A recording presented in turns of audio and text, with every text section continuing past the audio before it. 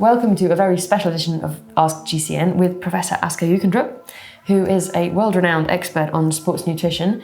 He's literally written the textbook on sports nutrition. So thanks for making time for us, Asker. Thanks for having me. Pretty busy guy. He's a nutrition consultant for several cycling teams, I believe. I have been. Yeah. At the moment, I work with Team Lotto Jumbo, Yep. Dutch-based team. And the Dutch Olympic Federation, Chelsea, Barcelona, Haile Gebrselassie, Chrissy Wellington. So you really, I think you know your stuff when it comes to advising athletes. And you've also published over 200 papers, I believe, in the field of sports nutrition. Can you tell us a little bit about kind of direction your research went when you were head of research at the Birmingham School of Sports and Exercise Science? Yeah, so we were mostly interested in the regulation of metabolism, and then the practical side of that is what is the effect of nutrition on your body's metabolism and performance, of course, and that's really where we focused most. Like, how can you improve performance by giving nutrition at the right times? Great, thank you very much. So we're going to get cracking with the first question because we've got many to get through. So the first question is from Ryan Harris, and he says, I keep hearing more people saying sugar should be totally avoided at all costs. What are Professor Jeukendrup's opinions? Can you realistically train without sugars? I think to answer that question, what is really important is the context in which this is used. And sugars, of course, get a lot of bad reputation and a lot of bad press. But it needs to be discussed in the context. And if the context is overeating and the context is obesity, then that's a different story than the story that we're talking about here, which is exercise and performance. And sugars are actually a really good fuel for the body. That's a fact. The problem is maybe when you don't use it as a fuel and you just keep storing it because you're not physically active enough. But when we are talking about athletes, cyclists who are going out on long rides, the main fuel is actually your sugars. Yeah, it's the fastest to absorb. It is very rapidly absorbed. You can use it to sustain very high intensity, something that is much more difficult with fat, or impossible with fat sometimes. So it is actually an extremely important fuel that needs to be supplied. Yeah. So the next question is related to the sugar question, but it's there are two questions actually, they're very similar. One's from Paul Bergson, and he says, is good old sugar, water and banana still just as good? Also, I've heard on the grapevine that oats are bad for protein absorption. Thanks. And then Peter Hitchin asked, what are the best natural alternatives to gels or chews? Would love some options lower in processed sugars. So what do you think on bananas? Starting with bananas, it's interesting because bananas and bananas are not the same. One that's green and one that's yellow are fundamentally different. A green banana doesn't get absorbed very well. Very little of the carbohydrate in that banana will be absorbed. The brown banana is actually best. That's the one where the fiber is already converted to sugars, and you can use that as an energy source. I had no idea. So it is very important to choose the right banana, and this is a problem that is general with the more sort of natural foods, that you have to take into account the ripening process, or you have to take into account how the food was actually prepared. The variability of natural products, So it's definitely possible to find alternatives to the commercially available products, but you have to know what you're doing. What would you suggest? So we've got brown bananas, good. What else would you suggest as little as basically carbohydrate snacks as an alternative to gels? Well, there's people that like things like rice cakes that they can make themselves. in the pro peloton, you see Yeah. that little bread rolls are often used with a little bit of jelly or a little bit of jam. Yeah. Because it's easy to eat, Yeah. and it's not a packaged food. Yeah. So it really comes down to personal preference a little bit, and then looking at the ingredients. Yeah. And ideally, you have something that does not have a lot of fat, does not have a very large amount of protein, Yeah. and does not have a lot of fiber. Yeah. And what's left is basically Yeah. is carbohydrate. Because that enables the stomach to empty quickly and avoids very slow digestion. Yeah, all those other ingredients like the fats and the proteins and the fiber, that will slow down your gastric emptying and thus the delivery of all nutrients, also fluids actually. Yeah. So dried food, I used to like eating dates on training rides. They're presuming the high fiber is a bit of a problem there, potentially. It is a little bit of a problem, but it also depends on your goal. If you're on a training ride and the intensity is relatively low, you have plenty of time to absorb it. If you're racing, then that wouldn't be my first choice. And we had a lot of questions about fasted training and whether you need to eat before every ride. So we had so many questions, I don't think we can go through them all, but from Jack Caples, Connor Clark, Dimitri K, Jim Pratson, asking basically, is there ever a good time to ride fasted, or can they do their morning turbo session without breakfast beforehand to save time? What's your opinion on that, Asker? Yeah, so the idea of training fasted is that you train your fat burning. That's the purpose that people do these sessions.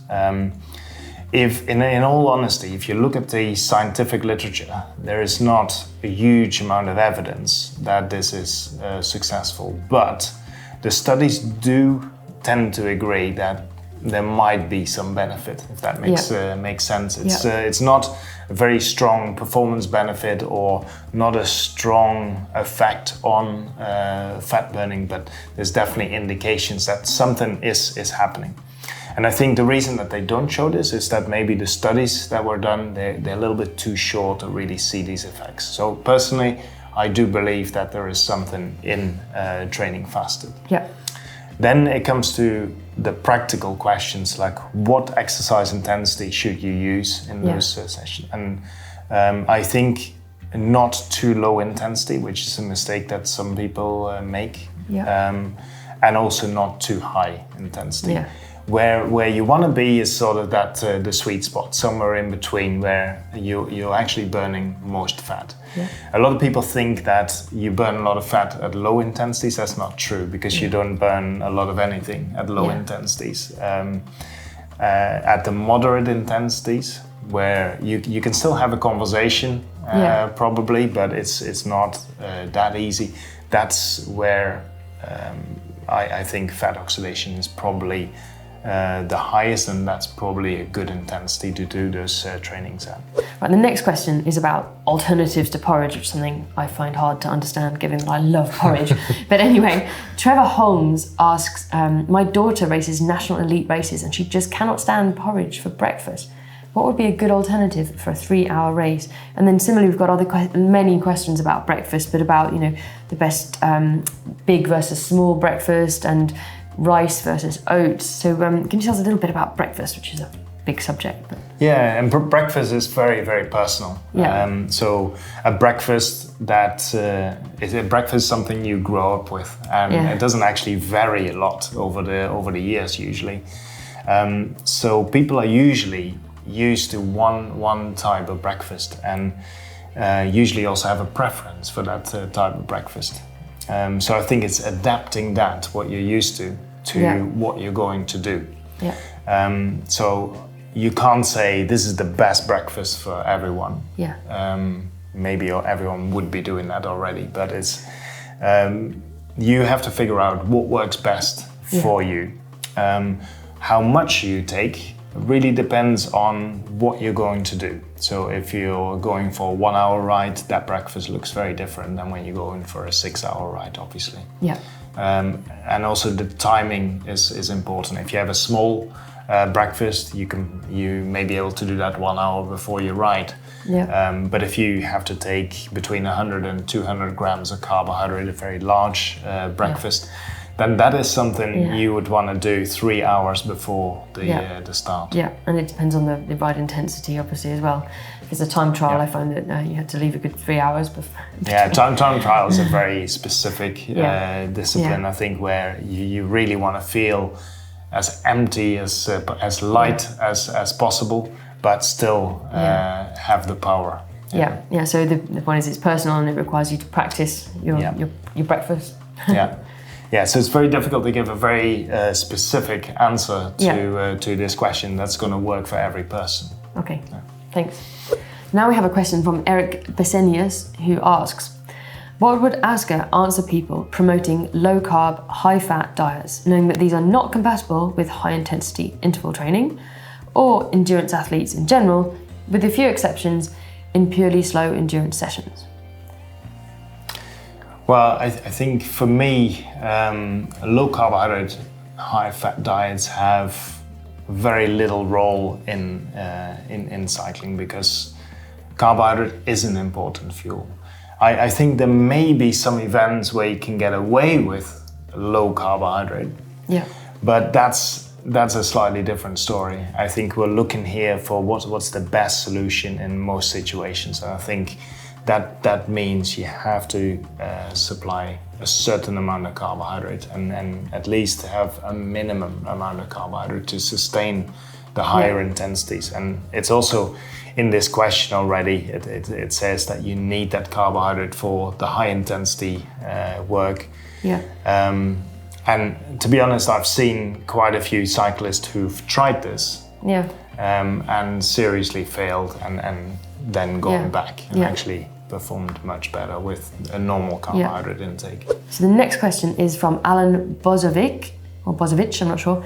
He asks, is there any real benefits in drinking isotonic drink with added BCAA? And BCAA are branched chain amino acids, building blocks of proteins, I believe. So what's your opinion on that? Branched chain amino acids are just certain types of amino acids. They're the only amino acids that can be used as a fuel, and sometimes people have said that's why you need to use them during exercise. But to be honest, there's no evidence that adding branched chain amino acids to a isotonic drink is going to do anything. So now we come to a question that I get asked a lot, and I am not an expert in nutrition, so I never know what to say. So I'm really glad someone sent this question in. It's from John Barcombe, and he asks, what is the latest thinking on food to avoid muscle cramps late in a 100-mile Gran Fondo? Does diet or electrolytes help, or is it just a matter of training up the long miles? So basically, can you avoid muscle cramps through what you eat? Very good question, a very difficult one to answer actually, because there is not a huge amount of research on muscle cramps, because it's so difficult to do studies where let's get some cramp. And so what you get is studies that look at like super small muscle groups, like a finger and just fatigue a muscle, and then they use that as a model. But it's very difficult, I think, to translate that sort of model from like fatigue in a finger muscle to whole body fatigue. So I think the most important reason that the cramp occurs is probably fatigue related. Yeah, so not necessarily salt loss. No, not necessarily salt loss. So training is still the best way to avoid it. But in some cases, I think dehydration can make it worse, or may move the cramp forward a little bit instead of... Yeah, if you get your nutrition or your hydration wrong, then you exacerbate the fatigue on the muscles, don't you? So So it does have an effect, even if it's indirect. So I would make sure that I would stay hydrated. Is it because you lose so many electrolytes? I think in a 100-mile ride, to be honest, I think that's really too short still to lose enormous amounts of salt. Depending on the weather, presumably? There are individuals that, of course, it depends on the weather, it depends on how much you sweat. Some people sweat a lot and then also sweat a lot of sodium. So some people sweat a lot but don't lose a lot of sodium in their sweat. But if you are in that category of sweating a lot and having highly concentrated sweat with sodium, then you're a little bit more at risk. But your body stores are actually quite large of sodium. Yeah. So for a 100-mile ride, I think it's actually difficult to lower your body sodium so much that is the main reason of the cramps. Now we come to a question about supplements, dietary supplements, and this is a question from Ben Holmes, who asks, a lot of pros seem to take a multivitamin supplement, but there seems to be little evidence to support the benefits of it. Is it worthwhile? But I ask because I seem to get a lot of small illnesses last year despite a fairly good diet. Yeah, I think it's a good point. There is very little evidence that supplementing with a multivitamin will actually help or have some benefits. If your diet is indeed nicely balanced and varied. It's a big if though, isn't it? This is a big if, and that's why a lot of people take it as an insurance policy. So, but to be honest, there really is no evidence that if you take it, that it's going to improve performance. There's maybe a little bit of evidence on the immune function side that, for example, taking zinc can actually help to prevent illnesses a little bit. Low dose of zinc, so that's something that you would find in some of those but presumably with any multivitamin you have to be careful not to take too much of anything, and taking more is not necessarily better. No, and taking more is often more problematic. So I would definitely stay away from all the multivitamin supplements that have the really high doses. I think we've moved away from that era of more is better. And then very often it is about getting the right doses and also the right combinations of because some of these nutrients may inhibit each other's absorption. So that's a good point. Not a good thing to take them at the same time.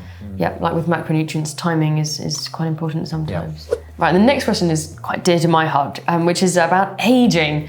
And the unit, which is an interesting name, asks, what diet changes should a cyclist or any endurance athlete make as we age? And I found that as I age, I eat more cheese, but I'm not sure that that's a helpful thing or not. But it's science-based. Okay, right. There are some changes, and most of those changes have to do with your protein needs. As people age, and especially the more advanced ages, it's actually more difficult to make muscle. And you can compensate partly for that by eating a little bit more protein, and that is the recommendation. Eat a little bit more protein. Make sure that you eat high quality protein, which means that all of the amino acids are in the protein. Generally, these are animal proteins that are higher quality. And also make sure that you time it right during the day. And combine it with training, presumably, to stimulate muscle. Absolutely. That is really important. I know. I've heard that strength training is more important as one gets older, actually. For the same reason. Thank you. Now, we had quite a lot of questions came in about being a vegan and cycling training. And so I'm going to ask two of them, which are sort of related. One is from the Cycling Enthusiast, who asks, what are your thoughts about cycling as a vegan? And then the second question is from James Kendrick, who says, as a vegan, what is the best nutrition or nutritional product to have during training? I think the question that I often get is it possible to perform at the same level as a vegan in cycling? And I think the answer is probably yes, but it does require a little bit more effort. You need to think a lot more about what you're eating, where you're getting especially your protein from, because. Like if we take the protein as an example, animal proteins generally are higher quality proteins. But in reality, what that means is, you just have to eat more plant-based proteins to get the same effect that you would get with animal proteins. So it is something that you can overcome. You just have to eat a little bit more.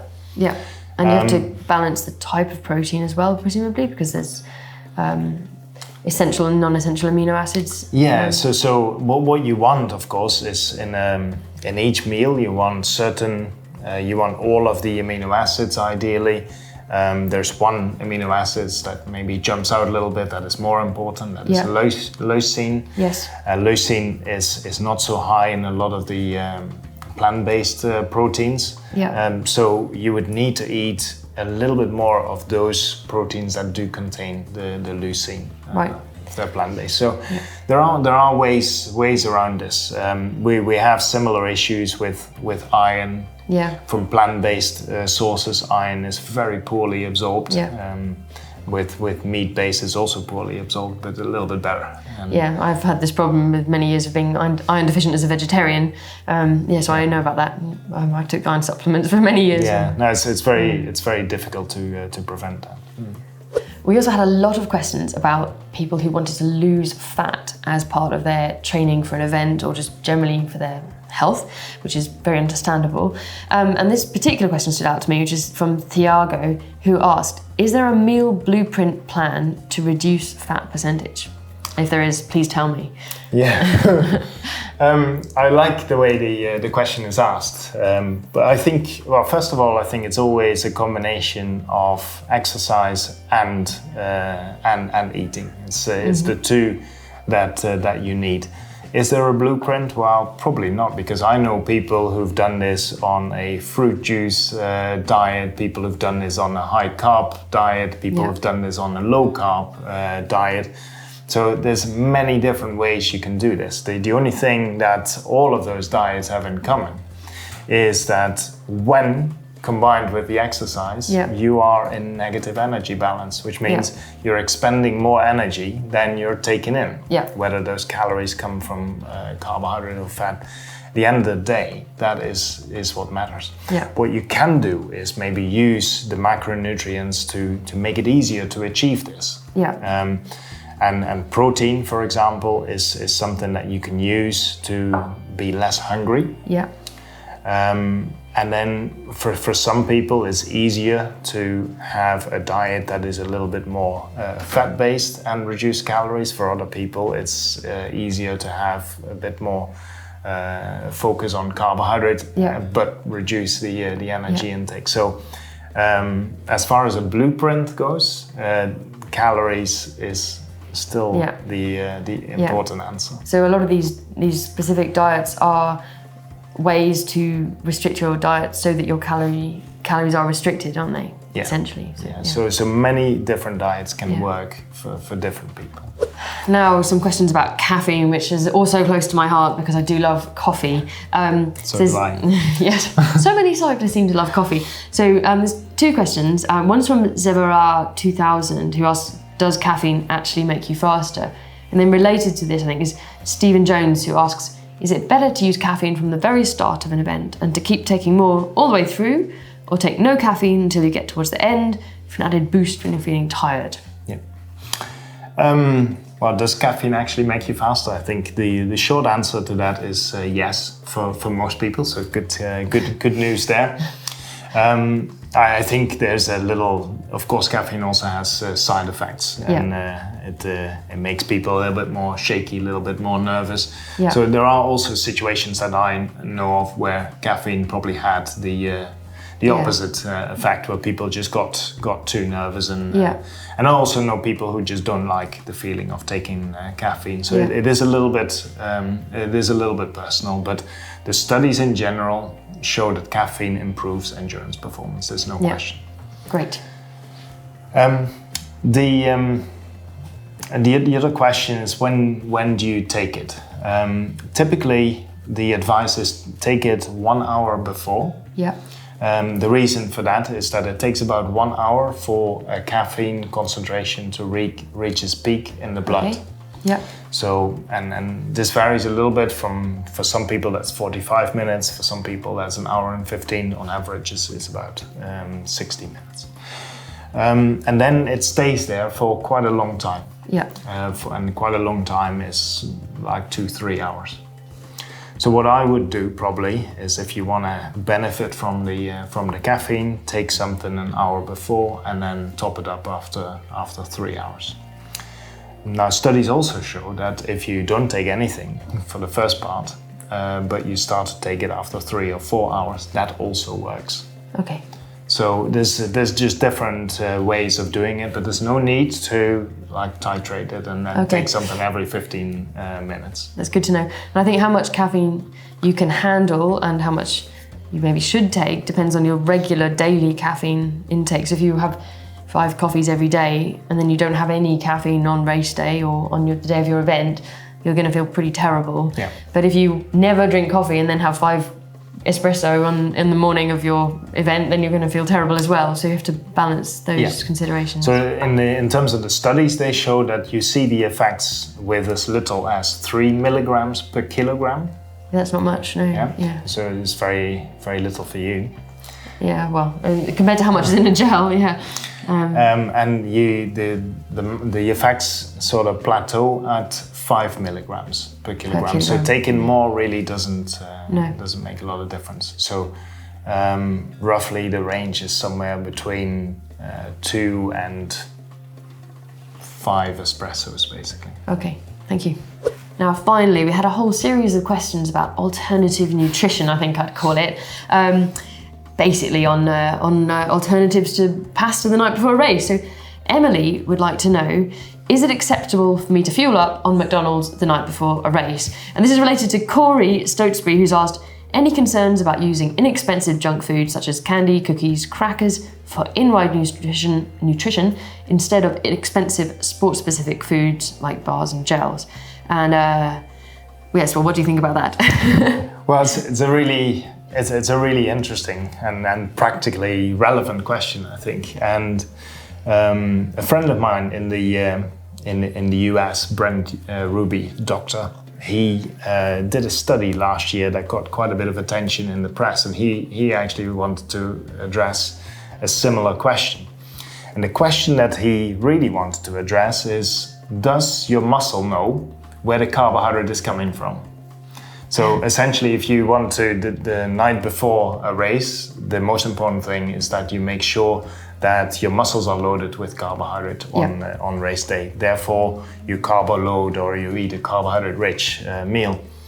So the question they try to answer is, does your body know if that meal is McDonald's or some other fast food, or it's engineered sports nutrition? Yeah. So they set up the whole study. They compared it. They tried to match the meal with the sports nutrition products. Same amount of carbohydrates, same amount of protein, same amount of fat. And then they measured by taking muscle biopsy, so a tiny little bit of muscle. Yeah. They measured how much carbohydrate was stored and found there was absolutely no difference between the two. Now, the headlines in the newspaper were, of course, doctor recommends fast food meals. Actually, fried chicken, it said, even though the study had nothing to do with fried chicken. So that's not the message that I want to send. It's not, I do not want to promote fast food, but the fact is, in that study, they showed that your muscle doesn't actually know the difference between the two. So your muscles don't know how much the carbohydrate cost, basically. That's true. That's true. And you could probably perform quite well on a one-off fast food meal. But presumably they balance the nutritional content of the meal, so their engineered meal had the same amount of fat as a burger or whatever the fast food was they were giving to the person. So ideally, I think your pre-race meal would not have as much fat and protein as a heavy, greasy burger might do. Yeah, that is true. And the other thing I would say is that study, of course, their outcome measure. The only thing they looked at was how much muscle glycogen is stored. They didn't look at performance. They didn't look at any of the other variables. So that's really important. Yeah, and I certainly was on an adventure racing team once with a guy who'd had a kebab the night before, and let's just say it didn't help his performance because he had to stop several times times during the race. So yeah, that's thank you very much, Asker. That's really good to know. And then the final question is from Daniel Burton, supposedly, and he asks, does beer the night before work for carbo loading? And apparently he's asking for a friend. I don't think that I would recommend beer for carbohydrate loading. That's the short answer. Okay, fair enough. There's a longer answer, but we can... Yeah, good to know. Well, Daniel, there's your answer. Sorry, Dan. Asker, thank you so much for answering so many of our questions. I'm sorry to our viewers that we didn't get through all of them quite, but I think we got so much covered today, and really great to have such expert knowledge. It's great to see so many really good questions on this topic. Yeah, it's so interesting to people, I think, and yeah, it's really good to have an expert answering. If you would like to see some more expert advice on training, you could watch this video on busting training myths with Louis Passfield. Thanks for watching. Give us a thumbs up.